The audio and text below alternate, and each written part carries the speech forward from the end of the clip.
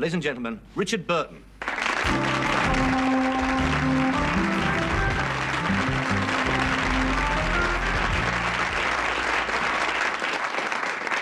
You're welcome. Let's talk about that background of yours, because it does interest me. I mean, the path you've come has been quite extraordinary. As I said in the introduction, you think that some novelist had written it, and if a novelist did write it, indeed, you could accuse him of over-exaggeration. Because, all right, the background, humble, comparatively so. What, in fact, did it give you, though, that background, Richard, do you think? I think a tremendous sense of strength, I suppose. Because I presume that if you survive such a background, you must have come from an extraordinary race of people. I'm enormously proud, of course, of being Welsh. Did you ever, when you embarked on a career as an actor, did you ever meet any problems in that perhaps some of your mates might have thought that they'd been mixed in with a Rogan? Or so, you know what I mean? That, not quite, no. Well, that there's some... there's something pansy-ish in acting as compared to mining. Well, yes, You see what I'm getting at, don't you, Richard? Yes, I do, yes. I've got the message now.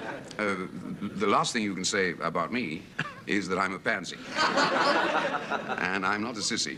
But let's go back to Wales. I do apologize to the audience, of course, for being so intensely nervous, because, you know, I don't do this kind of thing very often.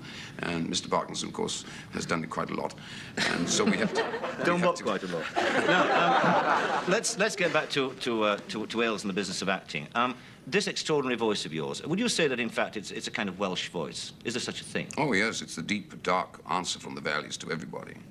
I can't help the voice. It's part of me, and I didn't cultivate it or anything. It was given to me.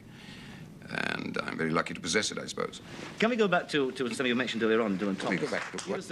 Ultimately, of course, a very tragic man, wasn't he? Well, I suppose so. He sought his own death, and he found it, which is not entirely tragic.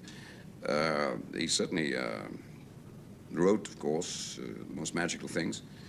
And he's alive. Yes. I mean, he's alive. But one gets a sense of waste, though, surely, when you think. I mean, surely he left behind him stuff that will live forever, but he might have left more behind him. No, I don't think so. I think he's much the same as, well, Michael, you say sense of waste, I wouldn't quarrel with that.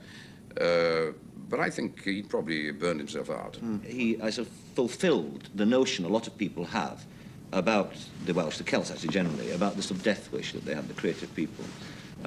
Do you, first of all, accept that they have this kind of headlong rush toward the edge?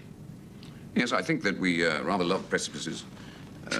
We go towards them and withdraw now and again, temporarily. Sometimes we go over the edge. Did you ever feel that way yourself? Have you ever felt yourself going toward the precipice and pulling back short of it? Well, yes, I have. Yes, I think we all do, we Celts. Would you care to tell me how? In what circumstance? Well, there was a second or two, I think, perhaps about a year ago, when I didn't fancy much staying alive. Really? You contemplated suicide? Oh, no. No. No, I wouldn't kill myself in the ordinary sense of the word. I wouldn't take pills or drugs or anything really in that sense. But I did suddenly wake up one morning and found how splendidly rich and extraordinary the world was, and that I couldn't bear its richness and its beauty.